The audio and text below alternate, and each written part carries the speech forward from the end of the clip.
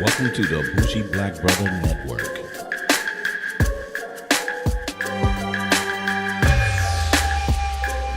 Good evening and welcome to Fade to Black Cinema. I'm Michael, your Bougie Black Brother. And today I have a multiple review for you.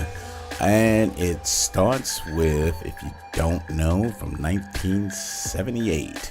It's the 36 Chambers of Shaolin. And it's the series. It's the trilogy that they actually put out, but I added one on the back end. And the back end was Shaolin versus Wu Tang. I really wanted, I was listening around and found out that Wu Tang Clan said they had a actual documentary out. And the first thing that came to mind when I was hearing some excerpts is they said, hey, if you listen to or see these Shaolin movies from way back in the day from the Shaw brothers and the director Run Shaw, there's a whole bunch of kung fu movies. Karate is Japanese. Kung fu from China. And what they were doing is they were doing the Shaolin movies, the 36 Chambers, the way they actually trained in these different chambers, and the Wu Tang Clan kind of integrated that within their actual music and everything. So I was saying like, wow, this is way kind of crazy, but let me go back and see these movies. So what this Wu Tang did, they actually got it from the Shaolin versus Wu Tang, because the Shaolin had the Shaolin shadow boxing and the Wu Tang sword style. Here it is. If what you say is true, the Shaolin and the Wu Tang could be dangerous. Hey, I just love this. Do you think your and then, Wu-Tang sword can defeat me? here you go. This is when On guard.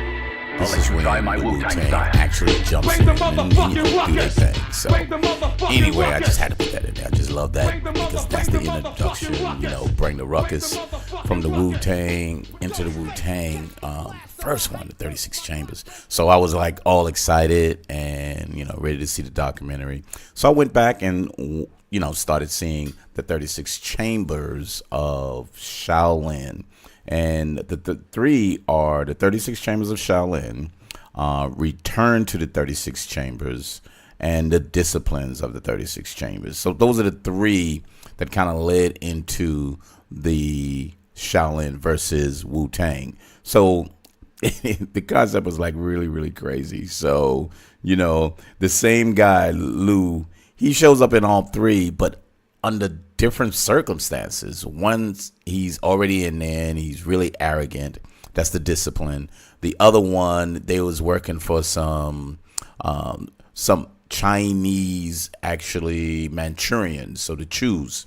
They say you're a Chew, and then what made it so interesting too, I didn't go with the actual subtitles. I went with the dub, because the dub was so funny. Their actual expressions and all of that was just so freaking amazing.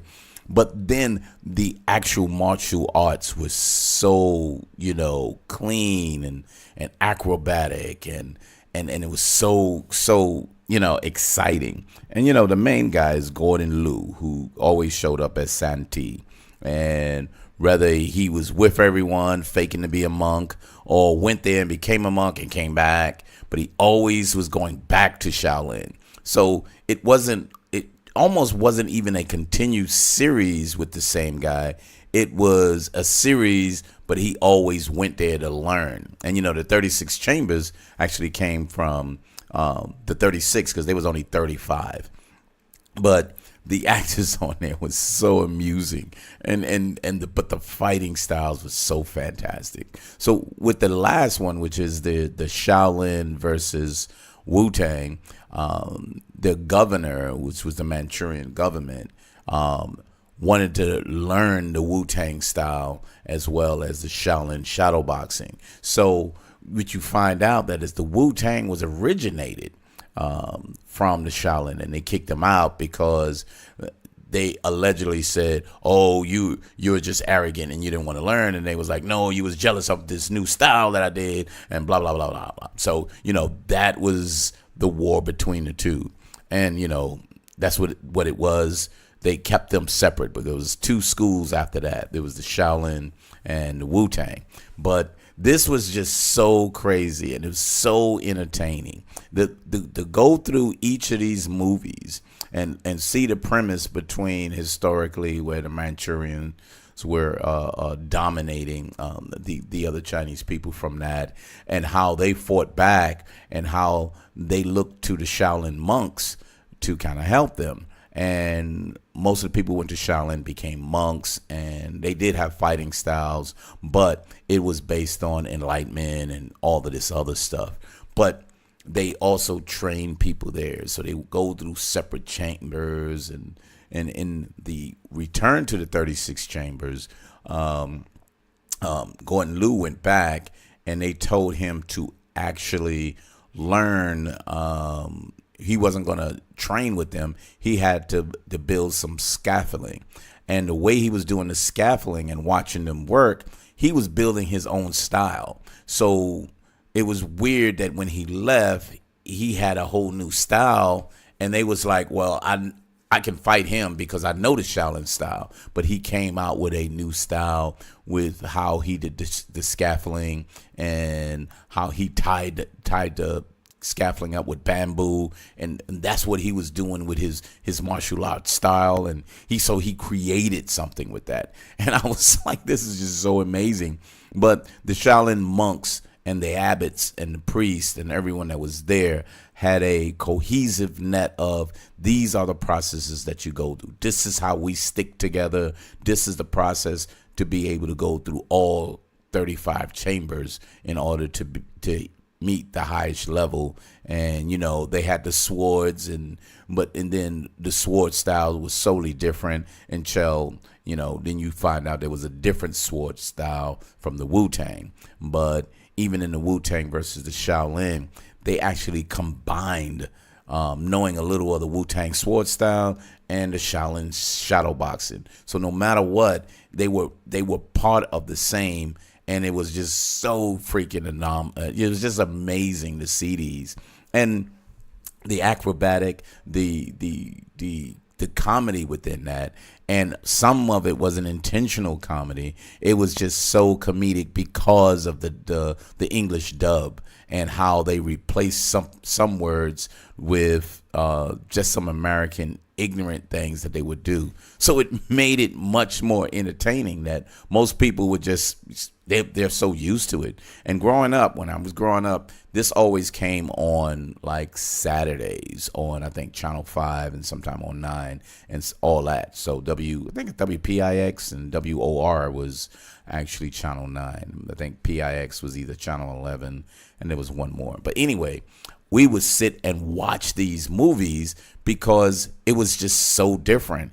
And we thought it's supposed to be funny. But when you really take the dubs out and look at the subtitles, you see the intention wasn't supposed to be funny. And you can see the difference in what the subtitle says and what the dubbing is. There was a difference, but they tried to match the actual words, and sometimes it just didn't work. But it made it a whole different genre that a lot of black kids was watching, and we was emulating during that time, because it was so different than the environment that we would live in a struggling environment, whether it was the Bronx, Harlem, Brooklyn, Staten Island, in the New York area. So we played into that, and that was a part of our life with the martial arts, whether it was Chinese or karate or whatever. But really good. I sat down. I just enjoyed the hell out of it. I was playing them back to back. The one that I couldn't find without paying for it was the Shaolin versus Wu Tang. But the 36 Chambers, those other three, those was on Netflix. So I caught it, and I was like, oh my God, they all have them on here. So then I looked at that, and then I looked at the Five Deadly Venoms. And then you see the Five Deadly Venoms, and then you turn around and they call themselves the Poison Clan. And if you start listening back to actual Wu-Tang, they'll talk about the Poison Clan as well. So it was really cool how they incorporated a lot of the martial art movies from the Shaw brothers with who Wu Tang really was, and then as you hear them rap, and they'll put like a something over that, it was just so amazing. I just enjoyed the hell out of it, and when you listen to it, it just brings you back. And when you start listening to it all over again, then you go, oh, okay, I get it. That's the way it is. And Yo, man, hold on. Yo, man, where my killer tape at? Yeah. So listen to all of that, and you go back and you find how much you enjoyed those. So you sit there and you just in the middle of enjoying all of that. So I just thought it was great, and this was a good opportunity to add into my Thursday Asian movie. And I went back to, the oldest is 78, and then 1980 was returned to the 36th Chamber of Shaolin. The disciplines of the 36 was 1985.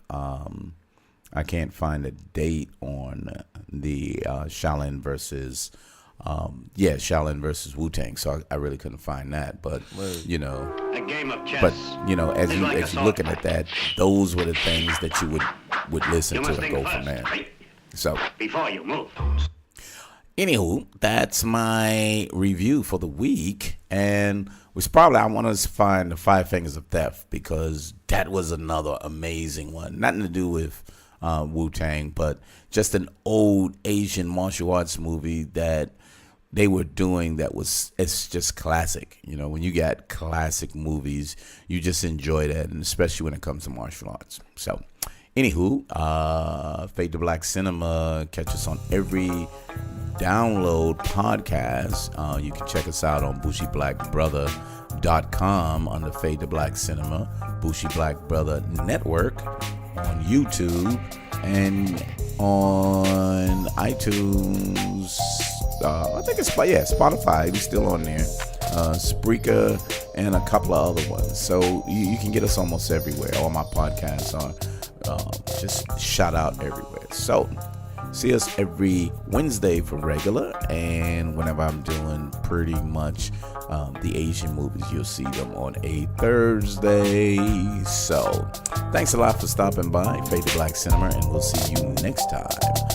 Peace.